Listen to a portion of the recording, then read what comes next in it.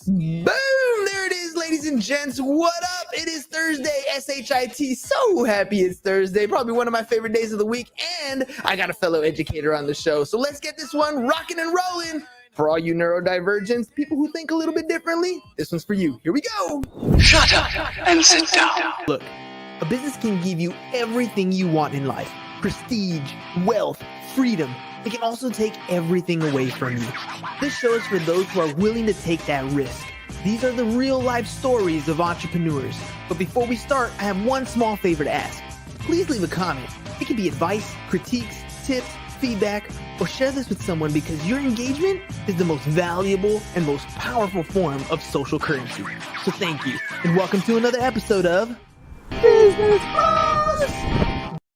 All right, business bros, let's do this. Here we go. I believe that education is the key to success. I've also said that education doesn't always mean college, and many people lose their willingness to learn simply because school told them that they weren't good students. Truth is, everyone has unique skills and learning modalities. That means that we don't all learn the same way. Today's guest is on a mission to show people how truly amazing they are, no matter what type of student they were in their educational or what their educational experience was. Now, I'm excited to learn from this national board certified teacher, an exceptional needs specialist who has a doctor's of education in mind, brain, and teaching. So let's welcome to the show, the NeuroDiverse teacher, Dr.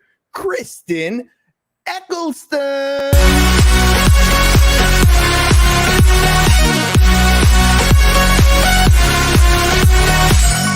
I warned you, I do things just a little bit differently on StreamYard. I'm like in a party, so I'm all about it. I like the energy. I feel like I play off of other people's energy. So if you were like, hi, welcome, I'd be like, hi. But like, I feel pumped up. I'm ready to go. Oh, yeah. There's no way we're doing that. Look, so a little heads up. I teach at a high school. I teach a course called financial algebra. And these are the kids that didn't do well in their math class for the most part, need that math credit to graduate. So if there's anything I've learned in education so far is that in order for you to get them to I surrender to your will. You got to keep them laughing. You got to keep them entertained. You got to keep them doing something that they're going to enjoy, or you're going to lose them like that. Welcome to the show, Doc. What do you think about education? Why did you get into it in the first place? That is a really great question. I had no intention to get into education. I went to college and I studied communications and I studied theater, and I had no idea what I was going to do with my life. I had done radio for a long time. I was going to be like a radio DJ. That's what I think I was going to do. And I then switched it up and started doing public relations. I got out of college in 2006. And was like, I don't know what I'm doing with my life. And I just so happened to be in a car with a vice principal of one of the local high schools who was like, you should be a teacher. And I was like, well, I'd always kind of wanted to be a teacher. I don't know, maybe I could be a teacher. And I went back. There was a partnership program with like the school district that I lived near, that I was a student of, with Johns Hopkins University, to get your master's in special education. They would pay for it if you at least did 3 years of teaching after that. Well, then 15 years later, I was still in special education, didn't leave. And then I had gotten to a point where I had started a program that I was directing for high school students with mental health needs. And that's what ended up driving me to go back and get my doctorate, was in wanting to understand mental health in the education setting. And it's funny, I had no intention of leaving. I thought I would still be in the school system, even with my doctorate. That was not like the goal of getting my doctorate, wasn't to leave. And it was just one of those things where like life threw like 1, 2, 3, 4 things back to back to back at me. It wasn't just the pandemic type of situation. There were so many other factors going on. And so I decided that I wanted to bring my passion for youth mental health needs something bigger than just the classroom. And I left and I started my own business. And now I do education advocacy work for families through the Weinfeld Education Group. And I'm the neurodiverse teacher, and I'm trying to spread this awareness that we got to be a little bit more in tune with youth mental health needs. There's so many different things that have changed. Traditionally, the school system had worked for a long time. I would even say up until With the exception of everybody always changes little things, for the most part, that thing was running pretty smooth up until about the era of the internet. Now things have completely changed. This Gen Z generation has, we're dealing with social and emotional learning. You're talking about mental health issues. We're dealing with everything from being bullied online to having, just emotional damage done because of COVID, where you're not even showing your face anymore and you're afraid to like put yourself out there. And yet parents and, the Gen Xers and the millennials who grew up, we're looking at them like, well, of course you're having issues. You don't go and talk to anybody. Of course you're having problems. You don't communicate the way I did. Of course you're having issues. You're not doing the math the way I learned it. There's a big disconnect right now, I feel, between the way a parent was taught and the education that the child is consuming, because it's not just in the classroom. They're learning so much more holding a screen to their palms than any of us did growing up. How do you address the mental issues when the educator is not just the teacher? No, that's a really great question. And I'll say one, I think you kind of hit the nail on the head there, is that this generation of students is far more exposed to anything than we had ever been exposed to, because everything is right there on their fingertips. I work with so many students who are at the elementary level who have been hospitalized for suicidal ideations or concerns with suicide. And I think back to myself when I was in third grade, I don't think I knew that that was a thing. I don't even think I knew that that was a concept that existed. And there's so many students who now are aware of this, because I think so much information is just now more readily available to them than it ever was. But I also feel like you're right. There's a lot of catch-22s here. A lot of things are put on teachers, right? To be not only a teacher, but a social worker, a counselor, so many different things. But I don't know that teachers always understand what mental health is and what it looks like. And unfortunately, and I'm sure you've come across this being a teacher yourself, there's like the spectrum of why you became a teacher. And maybe that's why you've been asking me that question, right? There are people who are like, I became a teacher because I love kids. I will do whatever I need to do for kids, make me go to this workshop, go this professional development, whatever. Like, I will do it because it is for kids. And then on the way other end of that spectrum, you have people who are like, I became a teacher because I love science. And I want to teach science because I love science. And it really has nothing to do with kids. It has to do with their love of that topic, right? And then you've got everywhere kind of in between those two ends of that spectrum. But I find that a lot of teachers on the more on the end of the spectrum of I became a teacher because I love this content tend to have more disconnects from kids. They're the ones who see a kid with their head down on the desk and go, you're lazy and you're not trying hard, and not bothering to realize that maybe that kid's head is on the desk because he didn't sleep last night, because he's in charge of his 4 younger siblings and has to cook all the food and make sure they get their homework done because mom is a single mom and she's at work during the night. Sometimes there's this like whole crazy backstory that's going on, and you're just labeling a kid. And so I think some of what has to be addressed are these kind of stereotypes and mindsets that I don't know that teachers are meaning to be malicious, but it's coming out that way because we've lost this level of compassion for what this generation is being exposed to, for the fact that they are aware of things that we would have never been aware of. And in a sense, does that take away a little bit of their childhood? Does that take away a little bit of a sense of being a kid because these more complex concepts have already been thrown on them at a younger age? I don't know. I don't know the answer to that, but those are all the kind of things that go on in my head when I'm thinking about what's going on in classroom settings and what are some of the things that we need to be considerate of and think about when we're looking at youth mental health needs. It's funny that this whole concept that you're describing, my wife and I talk about it all the time. She's very anti-screen time. She's the brakes, right? So in our household, she's the one who cuts you off and go do something else. I, on the other hand, I'm like, no, we need to, let's focus in on what they're doing here on this thing, right? So I was big on pushing them on, look, you need to control your brand. You create your image of what you want online. Don't let it be created for you. I'm also the type of person who's like, it's not cheating when you go on the internet. That's called research. That's what you're doing now. The other side of that is there's useful things on like a TikTok feed. Like you can use the trends to your benefit, especially if you're an entrepreneur and you're going in this route. Like I feel when I was a kid growing up, my parents could keep me in a bubble. If I wanted to know something, then too bad, because I didn't have the encyclopedia in front of me. I didn't have the library access. There was no way I could know. You can keep a kid in a bubble. But today, you can't keep the kid in the bubble. It's not our job to keep them in a bubble. It's our job to guide them through this world with massive opportunities and pitfalls and information that's out there. It's a completely, in my opinion, different approach. I spend a lot of time in the classroom trying to get to know the kid on like almost a friendship level, to have them buy into the concepts that I'm trying to teach them before I try to jam the concept down the drill and kill that we've done in the past. What do you feel is one of those things in the classroom, that SEL, that social and emotional learning, these types of strategies that we can do in the classroom to help bring those kids out from the corner of anxiety and bring them into that mainstream of vulnerability in the classroom and that comfortableness when they speak with their peers?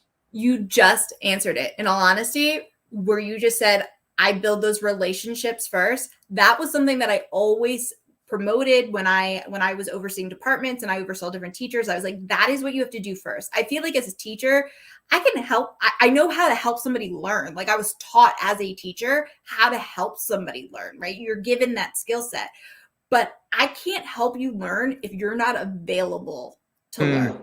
And I find that the way to help a student be available to learn is to have those established relationships. And I know some teachers hate hearing that, like, oh, just have a relationship. Yeah, just have a relationship. And I'll get into why I think it's challenging in a moment for some teachers. But I think having a relationship and spending the time, even if it's taking away from class time, to build up relationships with students is one of the most important things you can do, because it's that you can rely on when they're having a hard time or when they're struggling or when they're not really feeling having to be in school or learn something that day. It's the relationship that you appeal to then get them re-engaged. And I think it's time well spent, not only for you as the teacher, but for that student too, to have that connection, to feel like an adult understands me, is connected, and is interested in me more than just me being here as a student, but me as a person. And so I think building relationships is the most important thing. It should be the number one thing that you do. And then the academics come after that. I think sometimes teachers have a hard time with the more troubled or problem kid. And I'm air quoting that because I don't see them as trouble or problem kids, but I get that can be your perception if, somebody is yelling at you or cussing you out or flipping desks or chairs. Obviously not an enjoyable experience, especially as somebody who has worked with students with those types of needs in the past. I didn't enjoy it either. But the way I looked at it after years of working with that type of student was, when that was occurring, that student was testing me. Mm-hmm. And if I got into a point where, and not like testing my patience, like testing me and kind of my resiliency for them. Because if it got to a point where I went, I don't want to deal with this, forget it, you're ridiculous, I'm essentially messages of I'm giving up on you, then you failed that student's test. That is exactly what they were doing to see if they could push you away. Because most of those students who, if you see, have some of those more extensive behavioral needs, if you take a minute to look into their background or what they've been through, they've probably been through some pretty traumatic or impactful things in their lives, where some adults who were probably supposed to show up for them didn't show up for them. Yeah. And I think of this one kid who I love and adore, but it took me 2 years out of his 4 high school years to finally have a relationship with him. And once I did, it was a beautiful relationship. I loved that kid. He loved me. It was a very solid relationship, but it took 2 years to get there because he had so many adults in his life fail him that his pushing of my buttons was my test to pass, to show him that you can push me all you want. I'm still going to be here. I'm still going to be here. I'm not going to abandon you. I'm not going to give up on you. I'm going to be here. And it took me 2 years of that type of dynamic with him. But then once I passed his test, we had a beautiful relationship. And I think that's the one thing I would want teachers to know is, I know that sometimes it seems like, oh, just have a relationship is hard. But sometimes you have to look at who the kid is and what they've been through. And is this really more about them making sure you're an adult that's not going to abandon them than it is about them really just being mean to you to be mean to you type of thing? Yeah. And that educational process, it's difficult because you got kids all over the board in the classroom. You got the ones that are that are just you give them the assignment and they're done before you finish, giving the instructions, right? You got those kids, and then you got some of them that do struggle, right? And this is one of those things where I'm going to go back to grades here for a second, because what you were talking about earlier, where you're like, this kid is a problem, this kid is an issue, I can't deal with this kid, simply because the kid is not passing the class, right? And this is one of those relationship problems here where you're talking about, and for me in school, the kids that come to my class tend to be the ones that didn't do well in school. And they've quit on themselves because people have quit on them. They think this is not the path for me. They've been conditioned that because they couldn't get an A, there was nothing else worth doing. And that's kind of one of those struggles that I think an educator falls upon, because they also want the best for their students. They're coming from a good place. Most educators are coming from a good place. But the way they push on some of these kids is just continuous downplaying what their skills are versus trying to embrace them. I've got great relationships with some of the kids who were my F students as a ninth graders, right? But then they come back senior year and they're maybe B and C, maybe B and C students, right? They didn't get that far up, but they've taken themselves from I can't do it to, well, at least I can get a C. And that's a huge difference in changing their mindset to want to learn something. I think that's a big change, right? Like, how much value do you place on a kid's letter grade versus their mental health versus their willingness to participate? I always tell kids that their mental health is more important than any type of letter grade, because it is. And I feel bad. I feel like we've put so much pressure on them, and this idea, if you want to go to the college that you want to go to, your grades have to be a certain way, and you have to have taken so many AP or honors classes, and college is the only way to have been successful, which I don't agree with. I think pick a goal, a passion. If that means trade school, college, an internship, an apprenticeship, whatever makes you happy, go for it and go after it. But I have seen firsthand, and I won't say his name because I'm sure he would watch this and then be mad at me. But I taught a student many years ago who his name rhymed with virus, and they would call him his name, the virus. And first off, that broke my heart when I first started working with him. He was a junior in high school. I had taught him, I had known him his freshman and sophomore year, but I really started working with him his junior year. But he had this reputation in the school. And if you ever went to try and advocate for him, you would have teachers who as soon as you said his name, were like, nope, like, not for that kid. And that broke my heart, because I thought to myself, like, we're teachers. You would think that, like, we would never be blindsided by a kid or not want to do right by a kid. And his junior year, I started working with him. I was assigned to him to work with him. And it was myself and one other person. And I think we just really tried to instill just blind faith into him that, like, we know you can do this. He was getting like PSAT scores back that were like off the charts with what his score was, and like not anything anybody had expected from this kid. And I pointed it out to him one day, and I think that I can almost remember seeing the light bulb go off in his head when I pointed it out to him. And it was like, after that, he all of a sudden became a straight A student for the rest of his junior year. And his senior year, he was honorable the whole time. And what that showed me was that when a kid has an adult, or feels like they have an adult in their corner who's got their back, who will support them, the significant difference in what they're able to produce or what they're willing to go after or chase, just from knowing that one person believes in them, is such an incredible confidence boost to them after having years of feeling like nobody believed in me. And I saw it firsthand, and it was so powerful to me. And I think sometimes teachers forget that you have the power and the ability to be that person, to find that kid who feels like nobody believes in me. Everybody has only ever pointed out to me what's wrong with me or how I'm not the type of learner I should be. But now that you are in my corner and you pump me up and you've got my back, and I feel like you're my safety net a little bit, like, you can just see this kid 180, and the stuff that he does now as an adult, just, I couldn't be more proud of him after having to have watched him go through what other teachers saw of him or how they perceived him or how they weren't willing to get behind him or support him. And I love the success that he has now. And I tell him all the time, I hope you go back and you rub it in everybody's face. Yes, yes. But I hope teachers know that you have the power to be that person and to do that thing for a kid. And it's probably one of the best feelings. On a selfish point, I'll say it is one of the best feelings you can have as an educator to watch a kid transform like that. I couldn't agree with you anymore. 100% true. I mean, that's the reason why I always go back, right? This is why we continue to do what we do, because when those eyes light up and they're like, oh, that is the greatest feeling as a teacher. You're 100% true. My kids right now, we went back to school last Wednesday. So Wow. we are a week and a half in practically. So week 1 was all school activity stuff. Week 2 here, they're playing cash flow. It's a board game.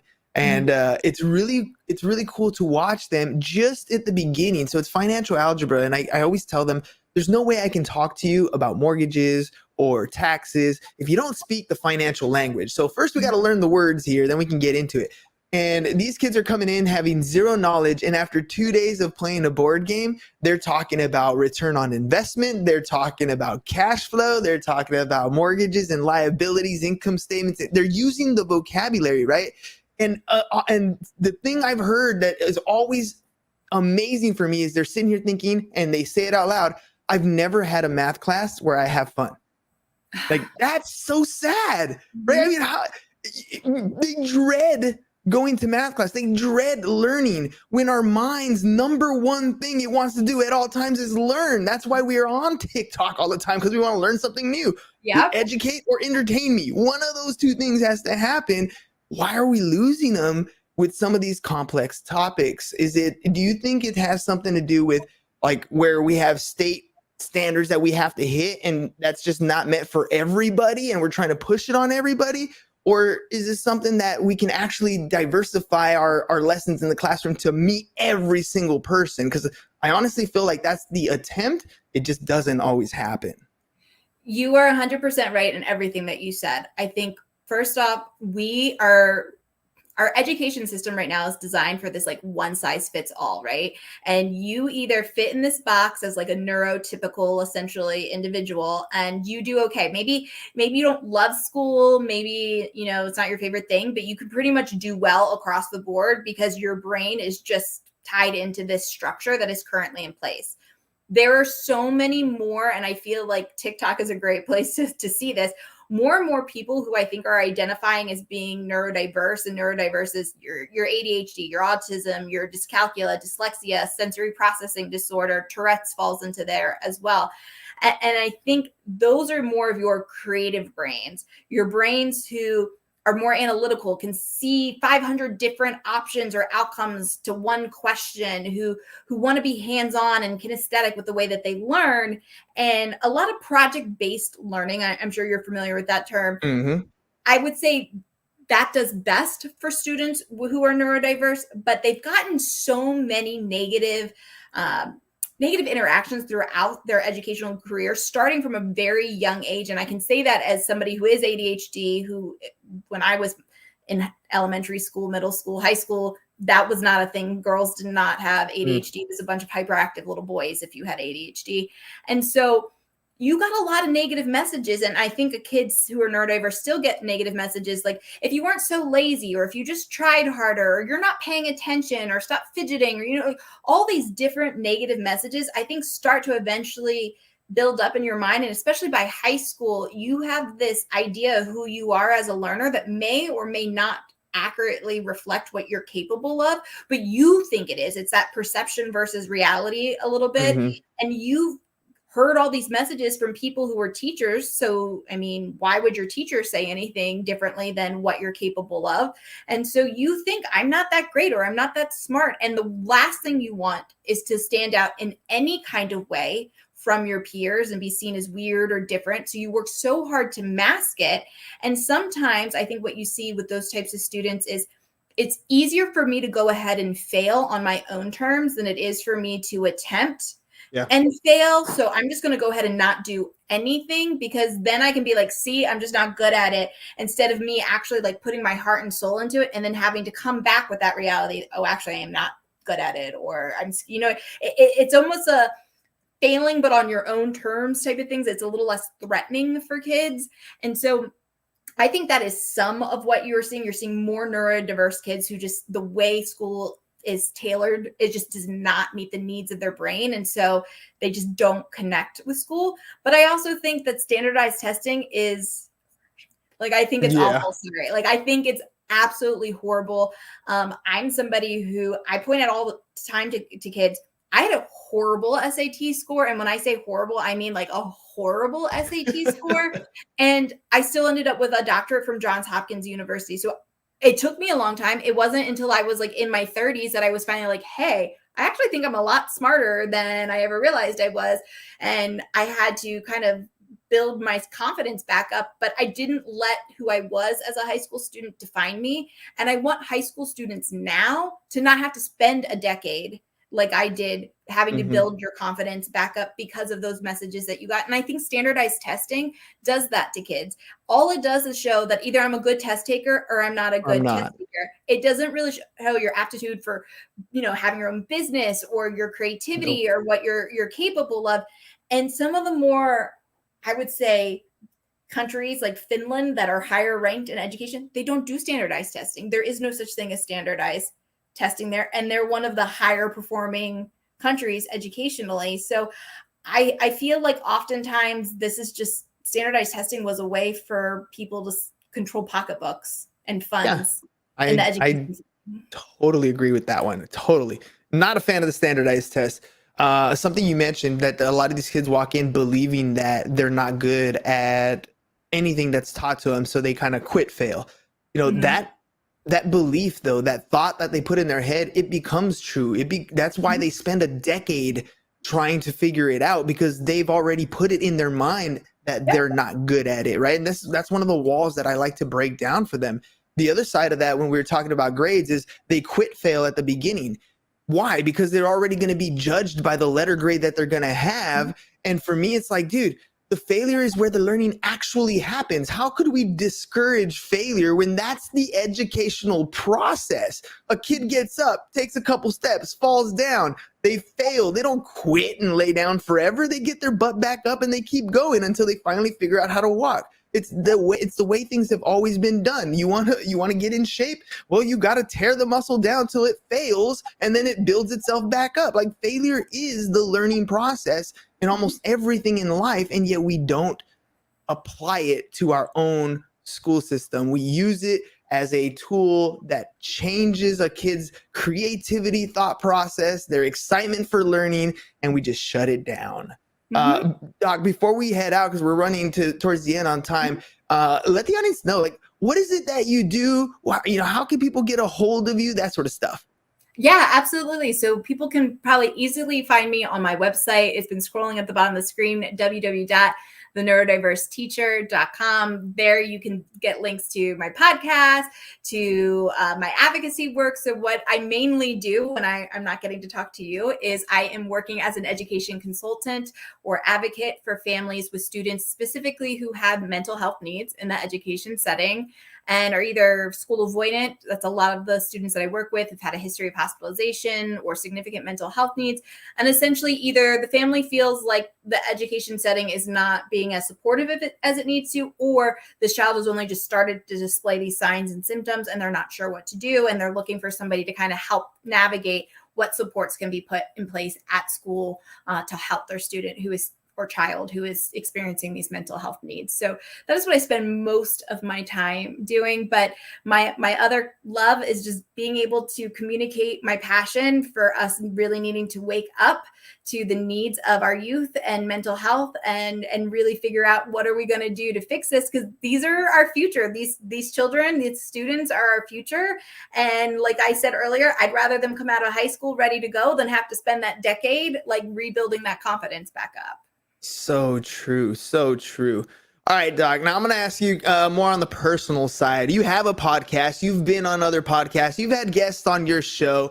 The way we grow our brand is literally by asking our guests, what was your experience like on the Business Bros? I loved it. I love the energy here. I love all the video clips.